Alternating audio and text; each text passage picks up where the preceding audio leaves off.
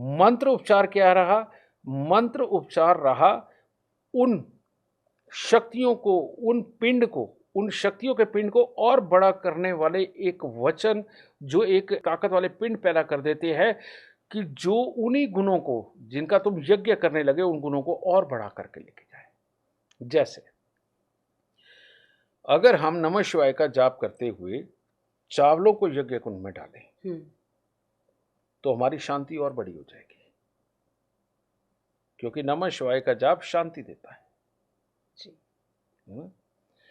और अगर तुम वही मीठे पकवान, मीठी चीजें तुम श्री जी के मंत्र बोलते हुए यज्ञ कुंड में डालो, तुम्हारी ऊर्जा बड़ी हो जाएगी, सोचने समझने की और काम करने की ताकत बड़ी हो जाएगी। समझिए, ये अध्यात्म है। और किसी से बदला लेना हो, आप जब बगलामुखी का यज्ञ करते हैं तो उसके अंदर शराब भी डालते हैं, लाल मिर्चें भी डालते हैं, सब कुछ डालते हैं, और ऐसी ऐसी कड़वी जड़ी बूटियां जो आपको गुस्से से उत्तेजित कर डाले, है ना। और ऐसा गुस्सा जिसमें चालाकी भी हो, है ना। ये बेटा, ये अध्यात्म है जी। तुमने वो शब्द सुना होगा कि वेदों के चक्षु ज्योतिष है। पहले राम भगवान के काल में, श्री कृष्ण जी के काल में ये सच में वेदों के चक्षु ज्योतिष हुआ, माना गया, हुए थे।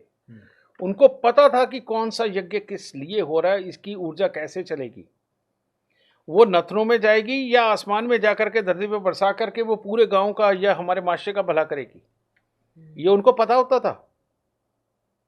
लेकिन आज की डेट में ज्योतिष को रख दिया साइड पे, क्योंकि उसके लिए साइंटिस्ट होना जरूरी है। अब हर किसी को ज्योतिषी बनना है, तो बिना साइंस को समझे कोई ज्योतिषी तो बन नहीं सकता, तो इसीलिए आधे अधूरे ज्योतिषी ज्यादा पाए जाते हैं जी। अब रह गए ये यज्ञ करने वाले, ये प्रवचन करने वाले, और ये यज्ञ क्यों हो रहा है वो मोटा मोटा बता देंगे, इससे ये फल पूरा हो जाएगा, उससे वो फल पूरा हो जाएगा, वो सारे ही फल बता देते हैं। बिल्कुल सही बात कि ये सारों की तुम्हारी पूर्ति होगी। लेकिन बेटा, उसके अंदर क्या सामान इस्तेमाल हो रहा है, कौन सी जड़ी बूटी, कौन सा अनाज ये लग रहा है, और वो किस किस फीलिंग को, कौन कौन सी सोच को, कौन कौन से कर्म को वो सपोर्ट करता है, या हमारे अंदर की कौन सी ऐसी बीमारियों को ठीक करने के लिए इसी का हमें यज्ञ चाहिए, कोई नहीं बताता, क्योंकि पता ही नहीं है। ये पता करने के लिए उस गुरुजी को, उस आध्यात्मिक गुरुजी को जो यज्ञ करवा रहे हैं, जो भंडारे करवा रहे हैं, उनको पहले ज्योतिषी होना जरूरी है। बिना ज्योतिष के उनको कुछ नहीं पता, सिर्फ एक मीठे प्रवचन है।